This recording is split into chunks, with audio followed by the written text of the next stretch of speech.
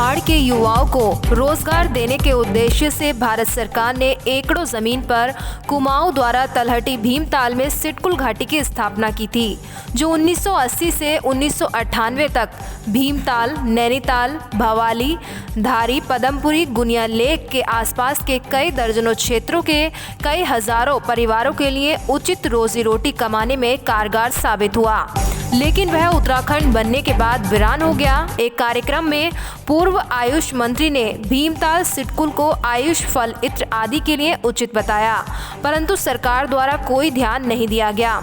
अरबों रुपए के निवेश से बने भीमताल सिटकुल पर यदि केंद्र राज्य सरकार ध्यान दे तो कुछ हद तक भीमताल सिटकुल कुमाऊं पहाड़ का पलायन रोकने में कारगर साबित होगा। जो हमारा भीमताल का सिटकुल है, ये हमारी भारत सरकार की एक देन थी, जो स्वर्गीय पंडित नारायण दत्त तिवारी जी के समय में यहाँ पर लाई गई थी। तो सन 80 से 85 के दशक में यहाँ पर कई कंपनियाँ आई, बड़ी बड़ी नामी जामी कंपनियाँ आई और सन 90 तक भीमताल सिटकुल कई हज़ारों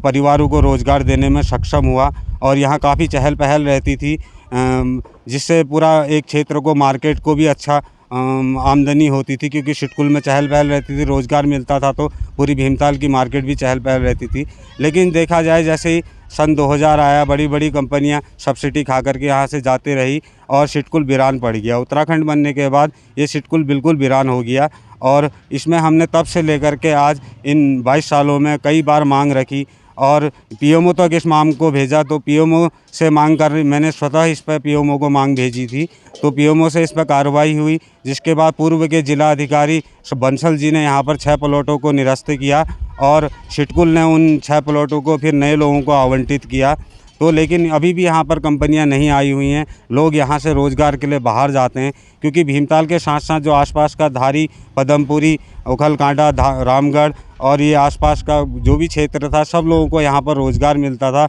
उन्हें बाहर जाना नहीं पड़ता था। लेकिन आज यहाँ के लड़के युवा बेरोज़गार होकर के बाहर तराई के सिटकुलों में नौकरी कर रहे हैं, वो जो एक हमारे लिए सबसे बड़ा दुर्भाग्य है, जबकि यहाँ पर एक सिटकुल दिया हुआ है। तो हमारी सरकार से मांगे यहाँ पर जो भी बड़ी बड़ी कंपनियाँ हैं उनको यहाँ पर बुलाया जाए और उन्हें यहाँ पर इन्वेस्ट कराया जाए, यहाँ रोज़गार खोले जाए, जिसमें स्थानीय लोगों को 70% रोज़गार दिया जाए।